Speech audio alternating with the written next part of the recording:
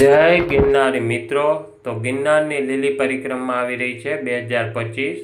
તો આજે હું તમને સંપૂર્ણ માહિતી દેવાનો છું કે જે બહારથી આવતા હોય કે અમદાવાદ, સુરત, કોઈ પણ બહાર ગમે એવી સિટીમાંથી, તો એને કેવી રીતે પરિક્રમામાં પહોંચવું।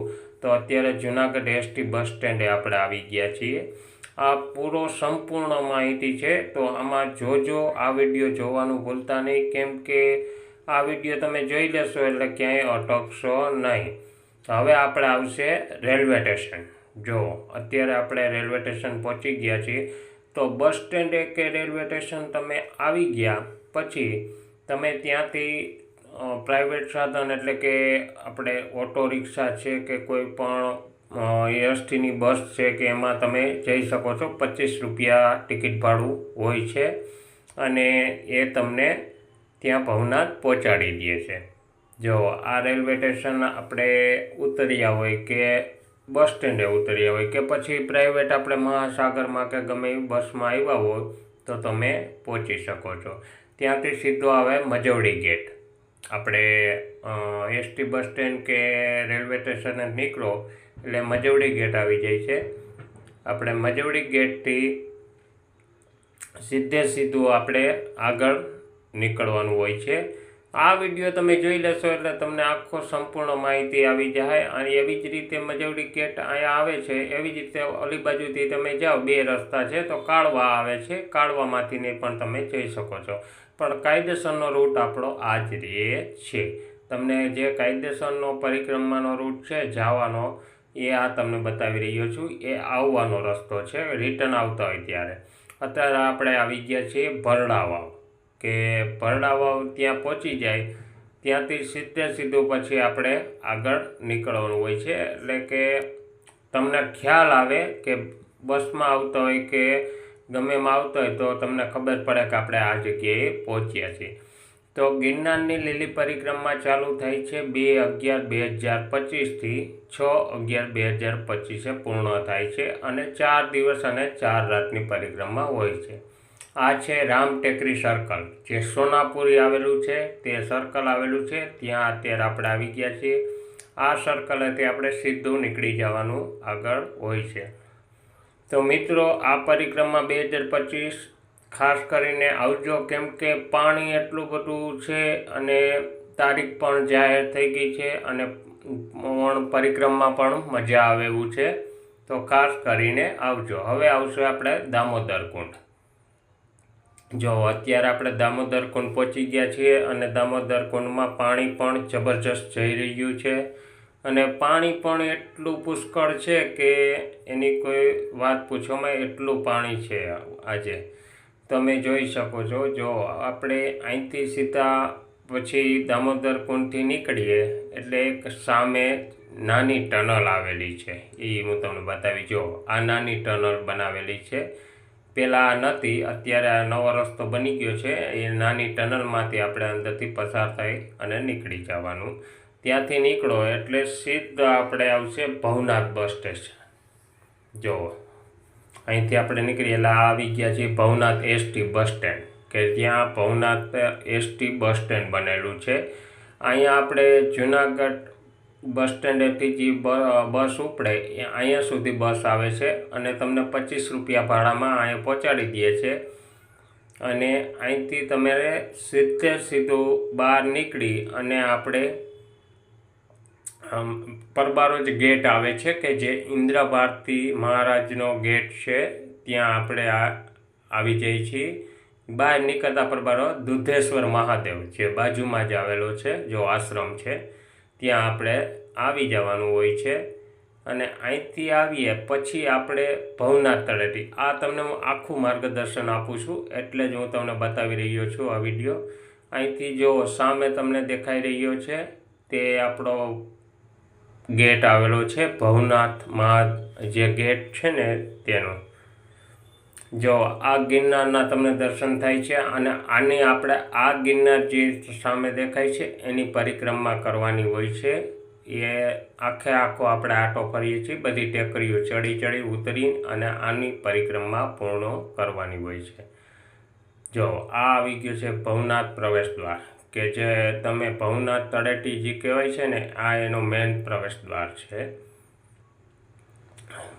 અને આ પરિક્રમા આવજો, ખાસ કરી અને બને તો વહેલી તકે આવજો, કેમ કે ભવનાથ તળેટી જો અત્યારે આપણે આ પહોંચી ગયા છીએ ભવનાથ તળેટીમાં, કે જે ભવનાથ તળેટી કહેવાય છે.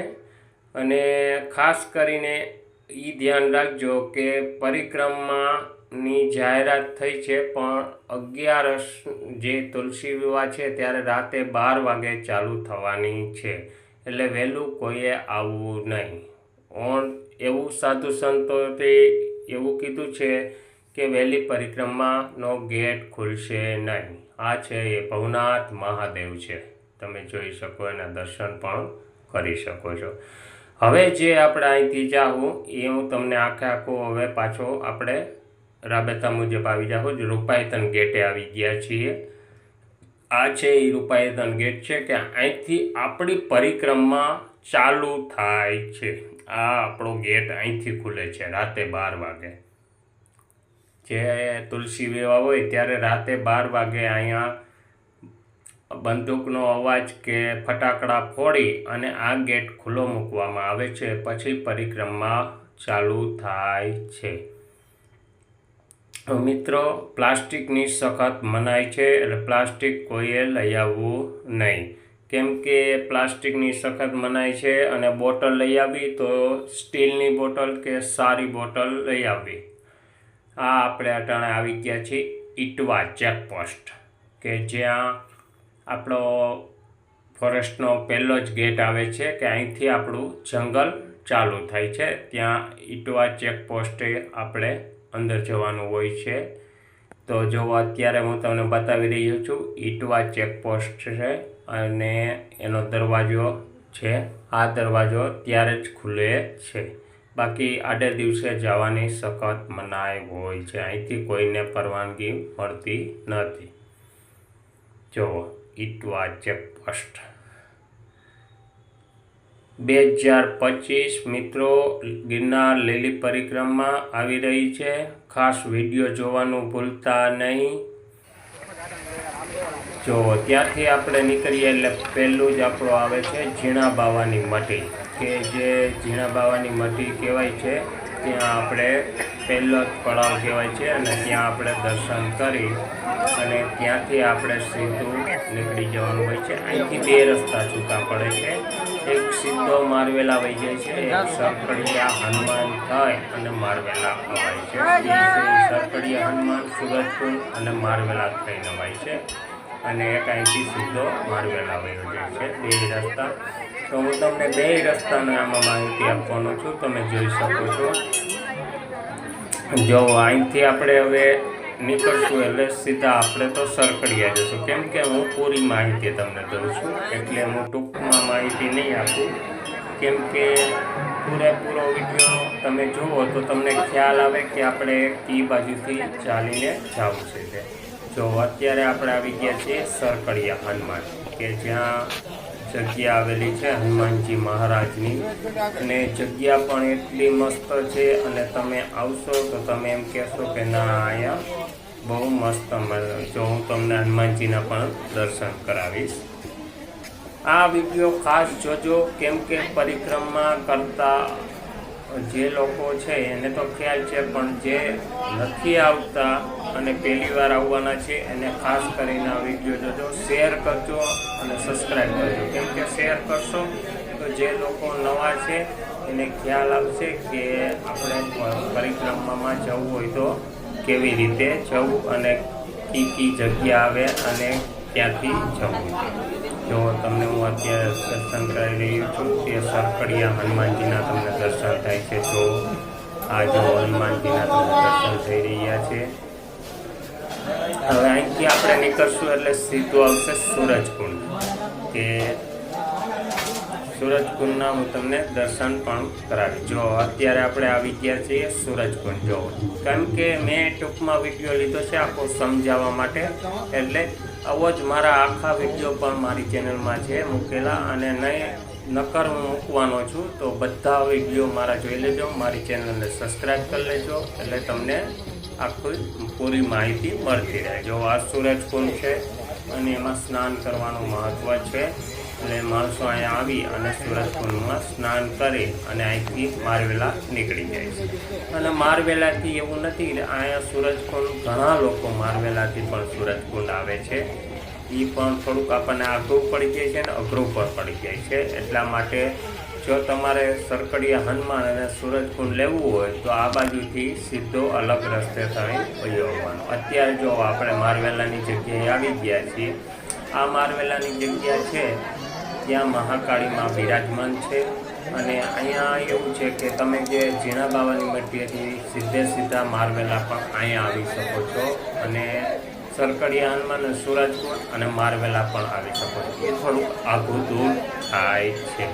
પણ જો પૂરી જ કરવી હોય અને મજા જ લેવી હોય કે સૌંદર્યની, ગિરનારની સૌંદર્યની, તો પૂરેપૂરી આ રીતે મેં તમને જેમાં આમાં કહી રહ્યો છું એવી રીતે પરિક્રમા કરજો. અત્યારે આપણે આવી ગયા છીએ હવે બોરદેવી, કે જે આપણી છેલ્લી હોય કે એમ કહી કે ચોથી આપણી મંજિલ, કે ત્યાં આપણી ચોથી રાત હોય છે. 4 દિવસ અને 4 રાતની પરિક્રમા હોય છે. અને જો તમે ત્રણ બોરદેવીમાંના દર્શન કરી શકો છો. 4 દિવસ અને 4 રાતની પરિક્રમા કરો એનું જ મહત્ત્વ સાચું છે. કેમ કે બતાવી તો એક દિવસમાં ઘણા નીકળવાળા નીકળી જાય છે, પણ એમાં મજા આવે નહીં. તો ખાસ કરી અને જોજો. અને અત્યારે આપણે આવી ગયા છીએ તાતણીયો ધરો, કે બોરદેવીમાંથી 3.5 કિલોમીટર થાય છે. જ્યાં અત્યારે હું તમને દર્શન કરાવી રહ્યો છું. ખોડિયારમાંના તાતણીયો ધરો છે અને ત્યાં માં મગરના રૂપમાં દર્શન દે છે. અને લગભગને દે જ છે દર્શન. ખાસ દિલથી તમે જાઓ અને દર્શન કરો એટલે ત્યાં દર્શન થાય જ છે. અને અહીંયા બહુ લોકો ઓછા જાય છે, તો ખાસ કરી અને જાજો. આ વીરરામવાળાની સમાધિ છે કે જે માં ખોડિયાર એને સાક્ષાત હતા. તે બાજુમાં જ એની જગ્યા આવેલી છે કે ખોડિયારમાં, અને એની સામે જ અમે વીરરામવાળાનું ભોયરુજી કહેવાય છે કે એની સમાધિ આવેલી છે. સમાધિના પણ હું તમને દર્શન કરાવીશ. જો આ તમને વીરરામવાળાની સમાધિના તમને દર્શન પણ થઈ રહ્યા છે. તો મિત્રો ખાસ કરી અને જો મારો આ વિડીયો તમને ગમ્યો હોય તો મારો વિડીયોને લાઈક કરજો, શેર કરજો અને સબસ્ક્રાઈબ કરવાનું ભૂલતા નહીં. જો અત્યારે આપણે આવી ગયા છીએ કે આપણે છેલ્લે જે બોરદેવી ચેકપોસ્ટ કહેવાય છે કે જ્યાં આપણી પરિક્રમા પરિપૂર્ણ થાય છે, એટલે આપણે પાછા ભવનાથ તળેટીમાં આવી જાય છીએ. એ આપણો છેલ્લો ગેટ એ હું તમને બતાવી રહ્યો છું. આ તમને સામે દેખાઈ રહ્યો છે તે બોરદેવી ચેકપોસ્ટ છે. અને અહીંયા આપણી પરિક્રમા પરિપૂર્ણ થાય છે. તો મિત્રો, જો તમને મારી માહિતી સારી લાગી હોય તો મારી ચેનલને લાઈક કરજો, શેર કરજો અને સબસ્ક્રાઈબ કરવાનું ભૂલતા નહીં. જય ગિરનાર.